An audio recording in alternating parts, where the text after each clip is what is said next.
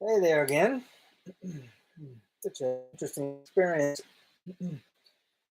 after last year when I did so many carefully prepared videos. It's interesting just, you know, doing whatever and trusting that it'll be, whatever. It's probably a good way to show more of your real humanity. And again, I'm trusting that the microphone is working fine here. So far, when I plugged it into the USB, it's worked fine. Just finished a blog post again like I did 2 days ago, and I'll retread some of that, but with my voice instead of with my fingers. And yeah, 2 days ago when I did my last post to my last entry, last live stream here, the bike stuff that happened was pretty interesting. The crazy trouble that I had getting the tires pumped up on my the bike that my stepdad gave me. Gigantic fat tires, like a monster truck with a crazy European pump and pump spigot. It took me like an hour and a half to try to get it to work, to not keep having the tires deflate when I pulled the pump off and the connector thing came loose. But yeah, and what else? Yeah, not too much unusual today. Uh, when I was reading The Death of Ivan Ilyich, the Tolstoy book, read chapter 1. The main thing that stuck with me was that Ivan Ilyich died from a mystery illness, days and days of shrieking pain, and apparently he was exactly 45, just like me. So, yeah, more reason to think about death. And that didn't wake me up too much. Made some good cornbread earlier that I was pleased with. I remembered all the ingredients, didn't forget the oil, didn't forget the sugar, didn't forget the potato starch and the xanthan gum to make it rise better, hold on to the gases. So it should be pretty tasty when I eat food a little bit later. Yeah, I'll be eating pretty late again. I feel like I really want to feel like I have a productive day. Not only do I have to figure out how to get my brain to switch on, which is, it's not as easy as it used to be. Years past when I first started writing, it felt like all I had to do was, get an okay amount of sleep, do my exercises, have a little bit of tea, and basically every day I could do some good writing. But it's not quite that reliable now for various reasons. Because I have more of an understanding of the Coen Brothers movie, um, Barton Fink, I think it was. There's a scene in Hollywood where somebody is meeting a writer who is who's the author of A Light in August. Can't remember, I'm blanking on it, but I guess he went and wrote in Hollywood eventually later in his life and had some problems with alcohol. And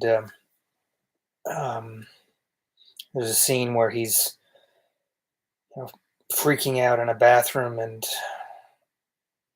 throwing up and having a meltdown, and the main character ends up talking with his wife at one point, and she's sympathetic with him, and she says, yeah, he's good on the days that he can write, but on the days that he can't write, he just completely melts down.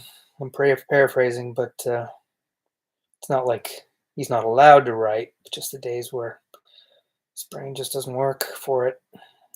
And that's in spite of being a very successful writer for a long time, but not as much of a consistently successful writer like John Updike apparently was. Anyway, I feel like the ideal thing for me to feel satisfied with every day is to get some good reading in, get a blog post, maybe do a video like this where I just talk, just kind of like a blog post. And then also maybe do something a little more creative, like reading an audiobook with an actual background and some performance. It's not just my own voice. It's a little background image. Um, Keep going with Life of Pi or Sand County Almanac, or do a new version with this better microphone here of the better translation of Rilke's Letters to a Young Poet. And then, in some ways, the linchpin that feels the most productive was doing something in a novel, something that feels like a real big project. And this, I guess, is step 2 out of those 4 steps right here. Doing a video like this.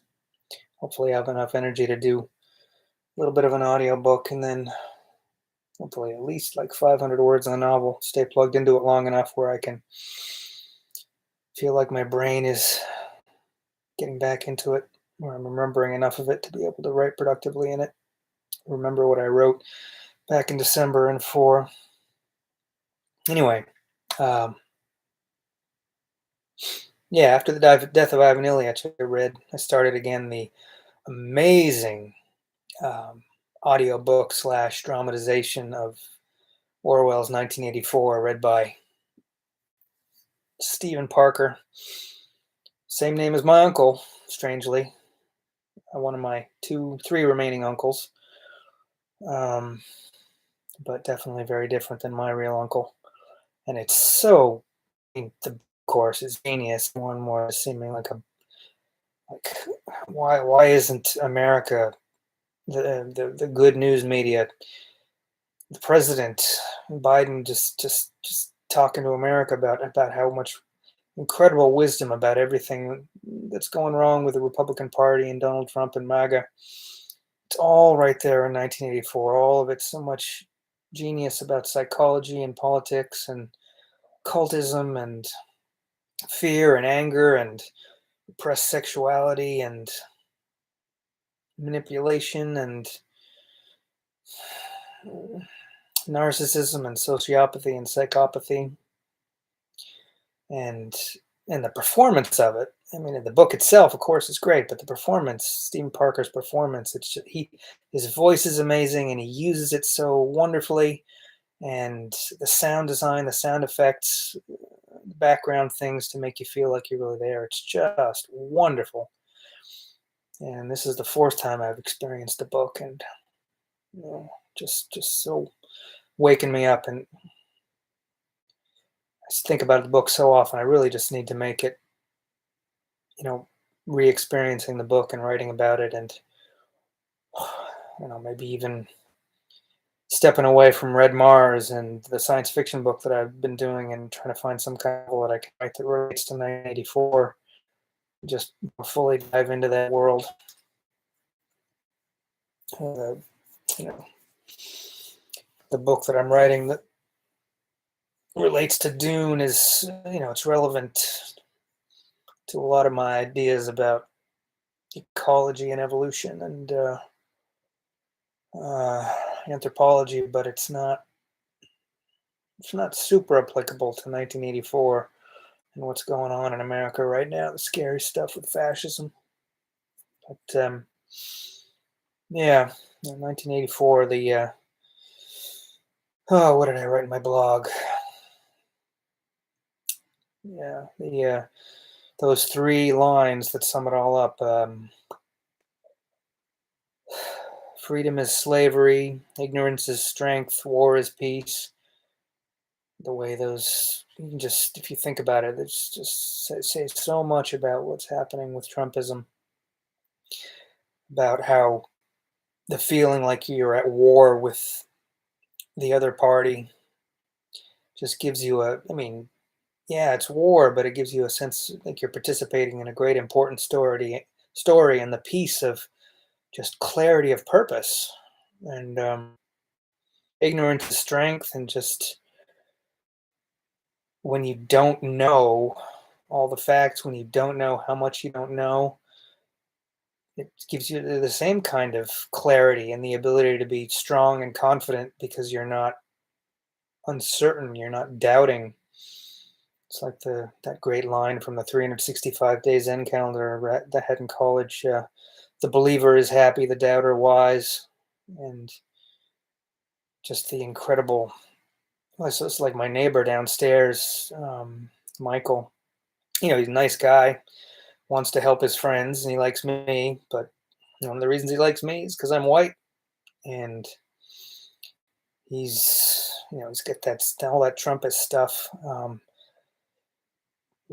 Talking about patriotism and the Constitution, but he doesn't know anything about the Constitution, and it's that frightening, shallow patriotism that doesn't understand the real complexity of patriotism. Talking about guns, and he wants so hard. It's like he wants the world to fall apart so he can go to war for the people he cares about, and there's nothing to do in that department right now because the war hasn't started. Things haven't really fallen apart yet for him.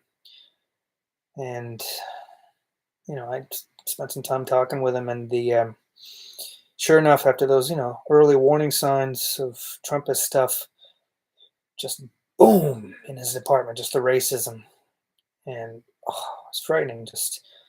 And he was like, just definitely something wrong with black and brown people, and he was daring me to tell me that he was wrong because he just knew, and that he was not wrong, and he was to be told otherwise. And he talked about the scariest, weirdest thing was talking about his nephews. He's got a couple of nephews who apparently are very successful now, making three figures, went through college, but they're half black.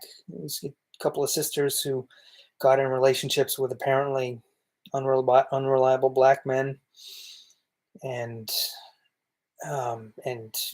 after raging about freedom and freedom and freedom, and then immediately turning around and being angry at his sisters for not obeying his wishes, when it came to who they had relationships with. The contradiction, the willful blindness is terrifying. And then again, that's the scariest part. Just believe, his nephews, and he talked about how they kind of hated him. They feel like he ruined his life, but he was proud of how he stuck his neck out for them to try to help them when their fathers abandoned them, and when his sisters needed help, and he got them on the straight and narrow so that they're successful now. But he was watching them. Oh, he was watching them because they were half black, and if they ever turned to the dark side, he openly said repeatedly, almost like he was proud of it, that he was ready to kill them if they turned bad. And it's like the 2 minutes hate in 1984. Just the communal angasm, to see joy of anger and fear, of having something clear and despicable to hate together, and how easily that hate and anger can be shifted to whatever, in that state of mind, to whatever target the politicians who are controlling you need you to shift it towards. You can see it on Fox News, and they can make you hate one thing, and then next day they can make you completely contradict yourself and hate the opposite thing, just like it later in 1984. You're at war with East Asia one day, and then the next day, oh, we were never at war with East Asia. Now we're at war with Eurasia. And that's always the way it's been. And, oh, okay, fine. That's what you say. Complete faith. 2 + 2 = 5. Anyway. Yeah. Guess that's it for now. Yeah. Well, I'll be back. It is interesting to be able to talk like this, how it's like a free-flowing blog post, but it's with my voice and not with my fingers. Hope it's creating some enjoyment.